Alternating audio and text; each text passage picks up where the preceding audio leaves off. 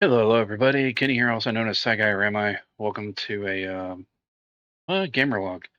I have set up about 400 questions. That was awkward. 400 questions um, of random gaming history, thought-provoking ones, maybe so on and so forth. Fed them through Gemini. Gonna feed them out randomly. I'm gonna respond. I'll even answer the questions. I'll put them down below in editing. I apologize for any audio or sound issues or video issues. I also realized the shirt I'm wearing that used to be one of my favorites is a little small because I've gained weight in this depression I'm battling, this mild depression. Um, you know, it really sucks, but I'm making it through it. So we're getting there. Anyway, we're going to do 10 questions this round. There'll probably be more videos later. In the meantime, let's go ahead and get into it. Let's see what we got. So, first question that pops up is what city does Grand Theft Auto Vice City parody?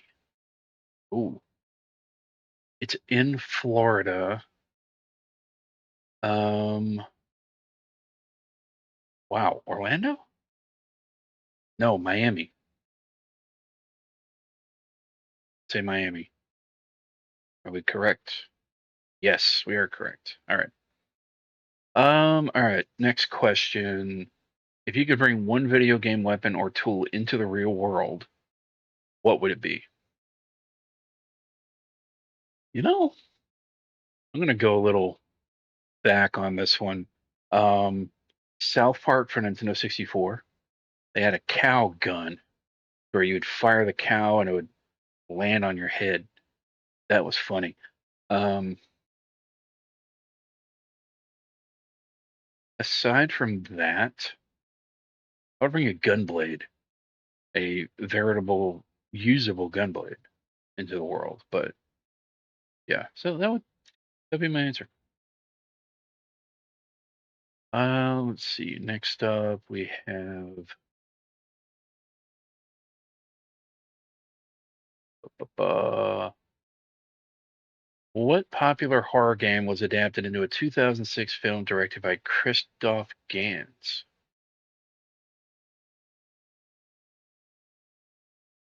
Hmm, 2006 horror game by Christoph Gans. 2006, 20 years? That'd be Resident Evil? No, it's either Resident Evil or Silent Hill. But uh, Paul W.S. Anderson, I think I got that name right, did Resident Evil. I don't think it was Christopher Gans. Pretty sure it was Silent Hill.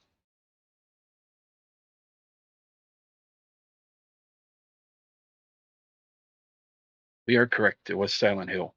Christoph Gans managed to capture the eerie rusted fog aesthetic perfectly. I agree with that. That's a great assessment. Okay. Have you ever called in sick to school or work just to play a new game release? Um, yes. Well, yeah. Well, I've done both. I've set PTO at work. I've let them know I'm going to be off on a certain date for release dates, mostly for World of Warcraft. So it's historically probably has the highest ratio of what series I've done it for. Um, I did call in sick. I remember, well, I was sick, quote unquote, for 2 days to play Final Fantasy VIII when I first got it. Um, so I missed school. Um, although I think I actually was sick to a point. I remember having a fever, so I guess the universe kind of lined that out for me. I don't remember ever doing it for any Pokemon games. I would definitely do it for Street Fighter. I did it for World of Warcraft. Um, so yeah, that would be the next one. Next up, we have down below. Um, what was the Nintendo Entertainment System called in Japan? That would be the Famicom, the family computer. I believe that's what it was. I love how the Japanese to English localization works out because it's like well, I don't know if it's directly linked to the localization, but like Pokemon is Pocket Monsters, Famicom's family computer. So we have Famicom. That would be my answer. All right, that would be correct. Short for family computer. All right, next up.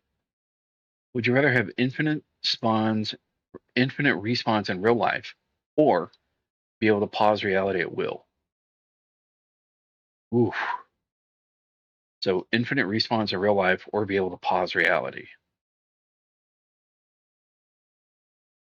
That's that's interesting. Technically, if you have infinite respawns, you're technically immortal, but you can also pause reality at will for as long as you want. So you could travel the world, come back, and basically be the Flash. It reminds me of that Futurama episode, like on the final season before it was the reincarnation, I believe is the episode thereafter, years later on a different network, where Fry lands on a button that freezes time. And I think he and Leela are stuck in that bubble. And then they age, and then they say, "Do you want to go around again?" Go from there. It was a really romantic episode. Made me cry. Made me cry more than the dog episode, if I'm being honest. Um, but I'd have to say infinite respawns because I've always had this dream of wanting to see how humanity progresses. And if infinite respawns, if I die of old age and then respawn, reincarnation, to some degree, then I have knowledge of my previous life, then I can see how humanity either dies out, moves on, evolves, leaves the planet, does whatever, saves itself, encounters aliens, discovers more about the universe, so on and so forth. That's one of my biggest uncontrollable regrets, if I'm being totally honest. I will never be able to see how humanity goes forward in the future for any amount of time. I can see it within my lifetime, and there's a lot happening, to say the least. There is a lot happening, but um, yeah, infinite response. Okay, so that's question number 6. Next up, we have question number 7. What martial arts film adaptation featured the theme song Techno Syndrome? Martial arts film adaptation. Oh, wow. Techno Syndrome. That sounds familiar.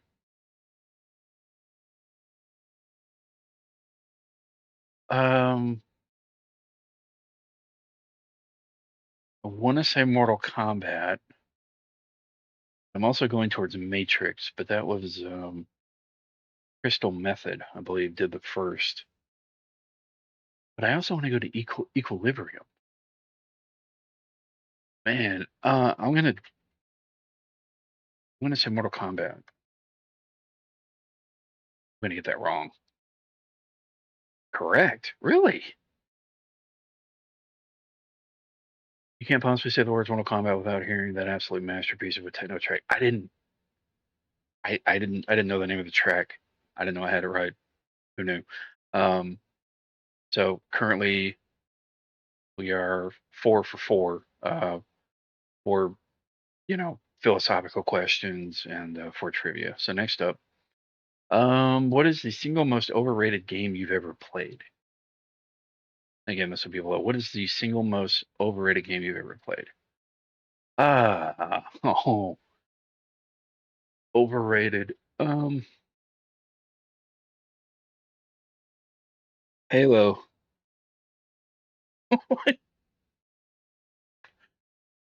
Uh, Look, I mean, it is what it is. Halo. To me, it's just a personal, like, it's a great game and a great series. We beat it here on the channel. Um, I think it's still on the channel. It might have been deleted back in 2019 during my fucking freak out over copyright stuff that was happening with COPPA, COPPA, I think, the Child Protection Act, and how it impacted gaming streams and videos. It was a dark time. Um, yeah, Halo. I mean, look, I'm not a big Xbox guy. If you look at recent videos as of this recording, you'll see there's PlayStation stuff going on. But if I had to pick an Xbox game that I think outshines Halo, in my opinion, is Gears of War. Gears of War snagged me big time. I can't wait for it to come to PlayStation. I am going to play it at some point on Xbox. I do have an Xbox One, so we'll play through it. But yeah, definitely Halo.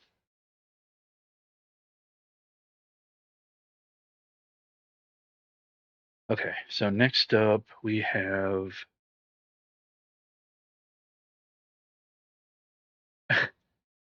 Gemini's like, wait, Halo, you magnificent bastard. You look dead in the camera lens and dropped a massive nuke on the Bungie faithful. This is the exact kind of spicy commentary that drives your viewer retention right through the roof. I do all right. It's not like literally, it's like very minimal, but I still enjoy it and I love the community. I love you guys. The comment section is going to be an absolute war zone. It's funny. Okay. What popular sci-fi video game franchise had a tie-in novel called Revelation, written by Drew Karpyshyn? Novel tie popular sci-fi video game. I want to say it was StarCraft. Either StarCraft or Dead Space.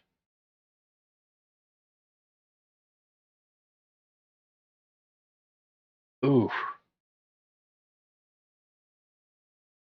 Um, I'm gonna go StarCraft, but I'm also leaning towards Dead Space.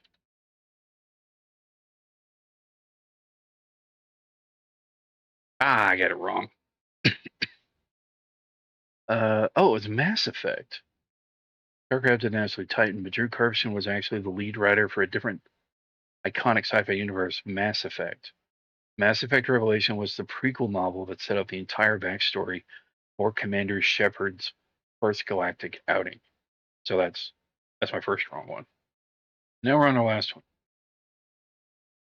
What is the worst video game controller you've ever held? Oh, um, it'd be generational. Common modern day. I don't know. Like, so one thing that factors in is my arthritis. PlayStation great for it. Xbox is decent for it. But probably one of the worst is the Switch controller, like the default, the small one that's connected to the side of the console, or a regular for a Switch One, not a Switch Two. I haven't tried that yet. Um, Overall, though, I'd have to say in television, um, or Magnavox Odyssey. I've tested both of them, and they were trying back then. They were trying to use like a TV remote combined with a joystick. One of the weirdest damn things. But I think Atari really nailed it. You didn't really need a whole lot, although there was adapters. But yeah, say that. So anyway, you know, 10 questions, bit of a cool little gamer log. Give you some insight into me. The questions will be listed down below if you want to answer in the comments. If you want to give your input or take on it. Um, there will be some editing, so hopefully everything turns out okay. But thanks for watching. Stay safe, stay sane. Remember, you're awesome. Never let the world say otherwise. And I'll see you next time. Peace.